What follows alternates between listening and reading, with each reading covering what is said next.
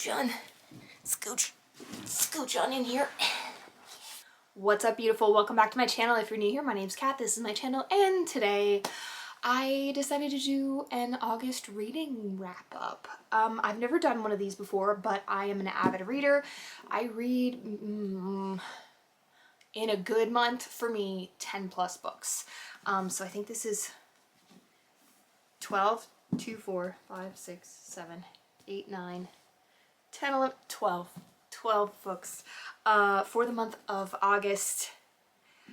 This is also, before we get too far into this, if you follow me on Instagram, you probably already know this.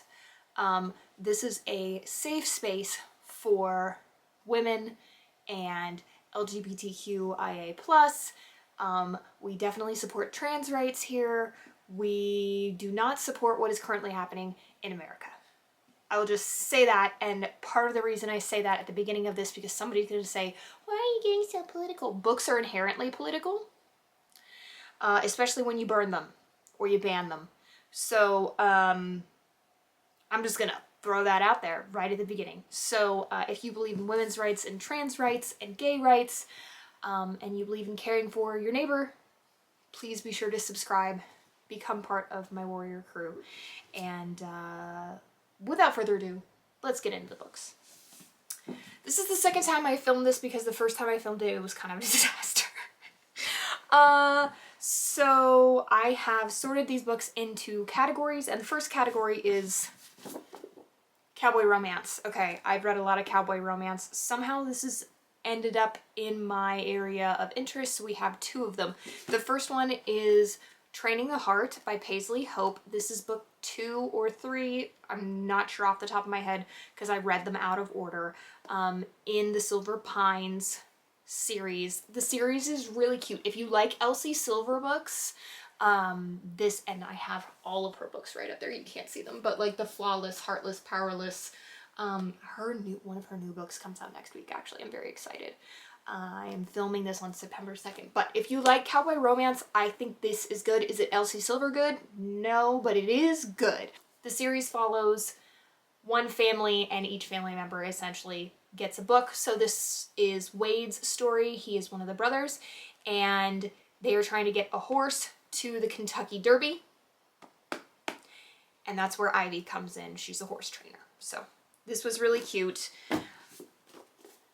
The other cowboy romance from this month was Homebound. This is the second book in a series by Meredith Trapp. The first book is Icebound. I think hockey is the through line for this series because our main male character in this book is a professional NHL player, and our main female character is a bull rider, which was really kind of cool. They used to grow up spending summers together, and then he comes back into town and she's trying to get into the professional leagues after a bad breakup, and the romance ensues. This one I don't think was as good as the other one. I just felt myself dragging my feet. I didn't want to pick it up the whole time and read it, but I did finish it, but it was kind of a struggle. There were some funny parts. There's some funny banter. She calls her dog Tuna Toots, I think. There's silly nicknames and things in here. It was cute. I don't think I'll read the first book, and I probably won't read any of the books from the rest of the series, but I will probably read all the Silver Pines novels. Alright, now here at the end of August is when I start feeling like summer is dead to me and pumpkin spice is imminent. So I did read 2 witchy novels to start off spooky season, and they were both really good. The first one is Rewitched by Lucy Jane Wood. This was from my TBR from last fall that didn't make it all the way through the season. Once winter hits, once Thanksgiving hits, I'm kind of done with my fall books, so I have a very specific amount of seasonal reading time where I read fall spooky books.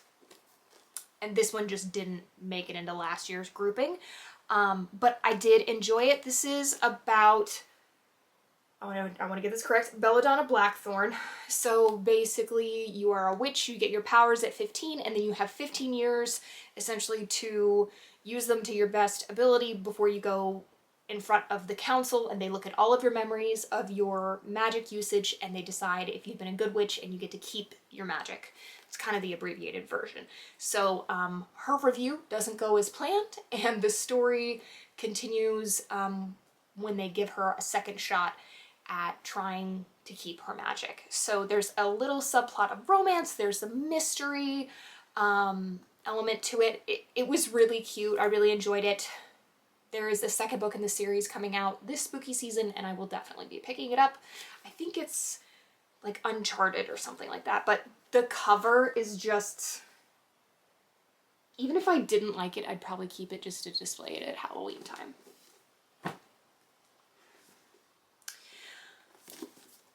The next book is An Ancient Witch's Guide to Modern Dating. I said it wrong the first time I filmed it. This one is a new release for this year by Celia Edwards. This was so cute. I should also say, if you are not a believer that audiobooks are reading, you should also exit.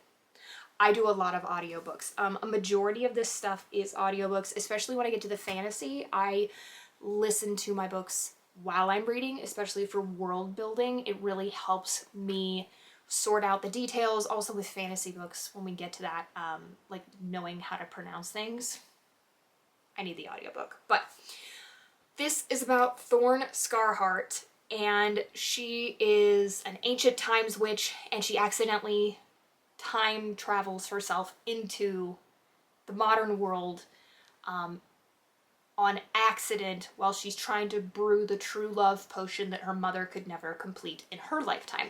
So the whole book is about her trying to find love and create this potion to find love, which of course she finds without a potion. It's hysterical. The gentleman that she falls in love with, she thinks is a wizard, but he's a veterinarian and he takes care of her familiar, and the cats talk. If you like talking sassy cats, this is for you. This copy has sprayed edges. I love sprayed edges. This is probably like my least sprayed edge heavy book wrap up in a while. Usually it's like half my books have sprayed edges because I'm a big fan. But only 2 this month, so. But if you are looking for a cozy, funny, feel-good, witchy book for this fall, highly recommend. Okay, we're going to transition kind of more into romance / women's fiction. A modern classic, if you will, Malibu Rising by Taylor Jenkins Reid.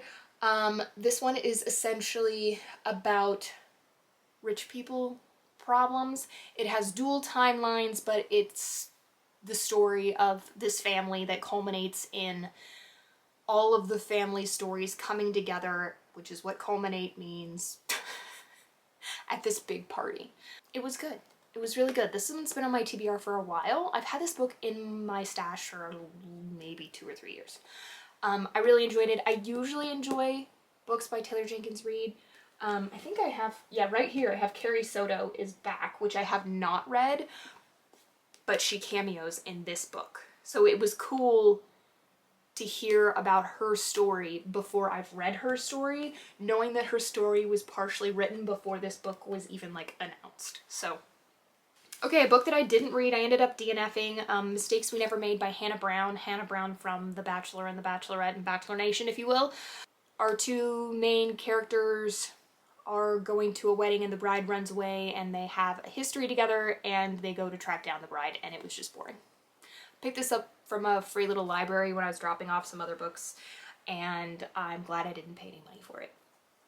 I am glad that I bought Problematic Summer by Ali Hazelwood. I've enjoyed pretty much everything she's written. I have her stack is over here on a different bookshelf. This is just 2 of my bookshelves. I have like 7. This is an age gap romance.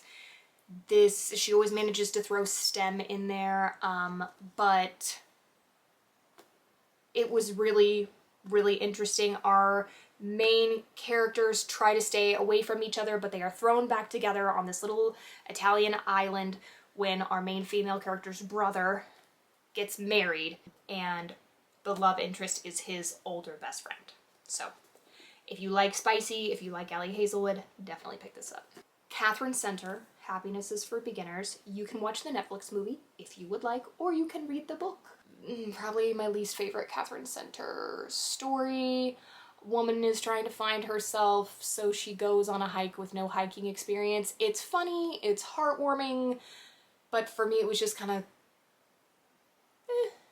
The movie was cute too. I watched the movie as well. But I'm not sure I'm going to go through Catherine Center's backlist. I think I'm just going to keep going with her new releases. You can't see it, but right here are all of her new releases. My favorite of which is probably The Bodyguard and Hello Stranger. Our last, I believe this one's categorized as romance book, is Conditions of Will by Jessa Hastings. If you are familiar with the Magnolia Parks series,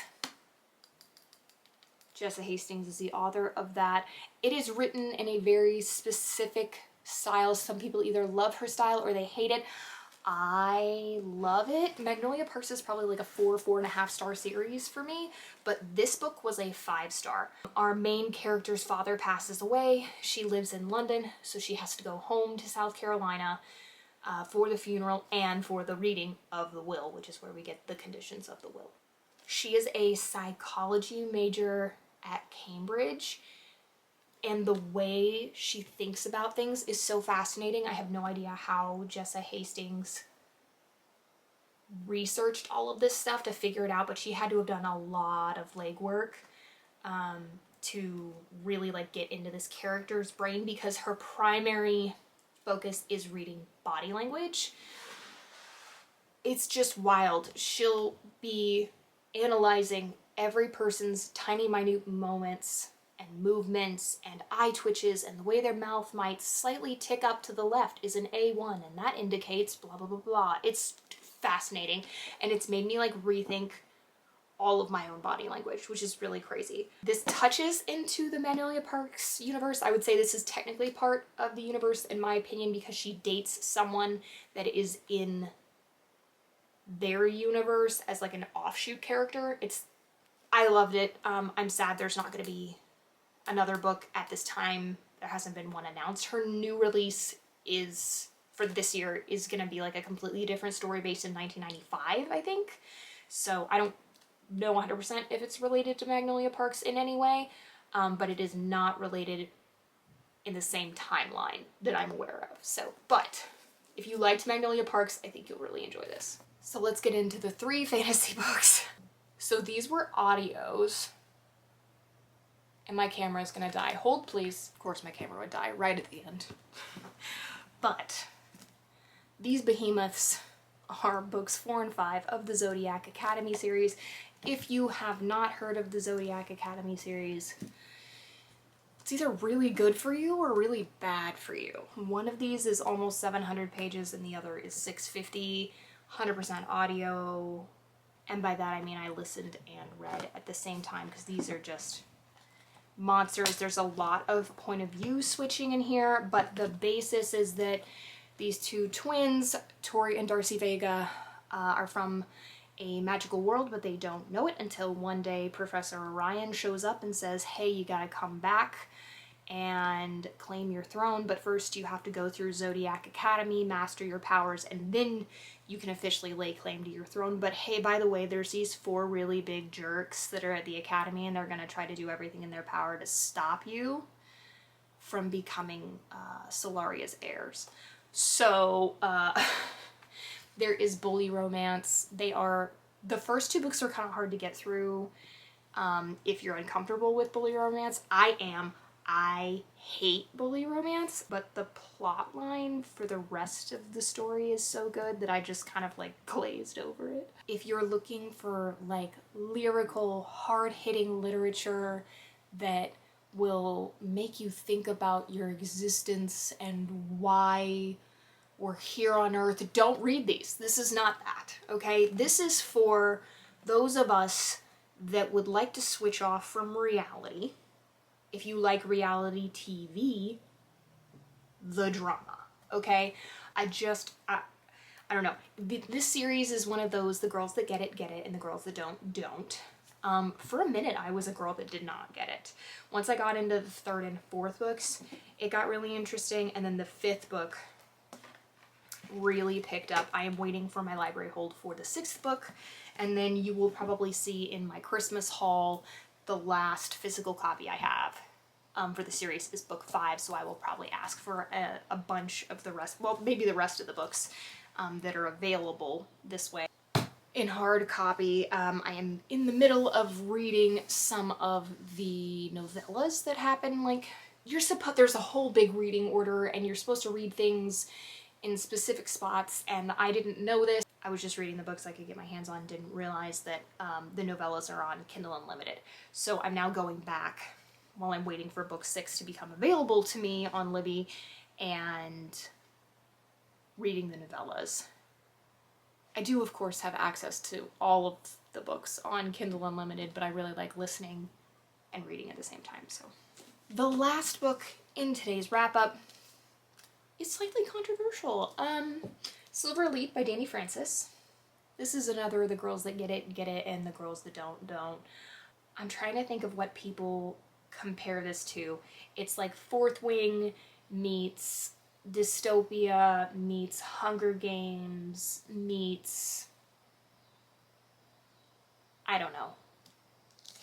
A lot of people are upset because it seems like to them that like ChatGPT wrote this and it's just repackaged Fourth Wing with psychic abilities and no dragons. Let this be my hot take for the day. I don't care if authors keep writing the same story repackaged in a different font. Like, I like what I like. I'm gonna read 150,000 cowboy romances where they come from a small town and nobody understands. And it's all the Hallmark stuff, right? It's all like pre-packaged. Everything is the same, but you know what? It ends in a happy ending, and I'm gonna be happy that I read it. So it's the same thing with these like romantasy books. I don't care. I love them. Do we know who Dani Francis is? No. Do I have speculations? Yes, but does it really matter who she is? Not really. My vote's on Jennifer L. Armentrout. I don't know how likely that is, but that's just my 2 cents. It could be, I don't know, it's probably not her, but that's my only guess. Basically, what this is, dystopian society, the world as we know it does not exist anymore. There was like a big explosion with chemicals and things, and it created people with abilities and people without abilities. And the people without abilities are currently in power, and they are trying to kill off the rebels, which are the people with psychic abilities. And so basically our main character ends up getting into the school where they train you to be part of elite forces that take out people with abilities. All the while, she is one of the most powerful ability holders. So there's lots of other little plot lines. I can't remember what like the dust jacket says, and I don't want to like ruin anything, because there are like, there's also like super obvious things in it where you start reading it and you're going, oh, this guy's this guy. You know that like these people are connected, and you can figure out a lot of it. I still really liked it. It was really good. There's cool like little inlays from their tablets and things. There's also some like, if you read or watched Ender's Game, it kind of gives those vibes a little bit with like tablets and competitions.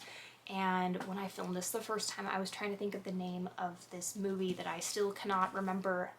Kingsman. There we go. It has the aspect of the movie Kingsman where all of the people are going through like the trials as a group to become a Kingsman. It gives those vibes. If you've seen the movie, you know what I'm talking about. So I really, really like this. I'm excited for the next book, which I think she just announced a few weeks ago. So that is what I read in the month of August. If you liked this reading wrap-up, if you would like to see a September reading wrap-up, let me know in the comments below. I should have a fall decorate with me either coming soon or already out, but I'll catch you in the next video. Love you, warrior crew. Bye!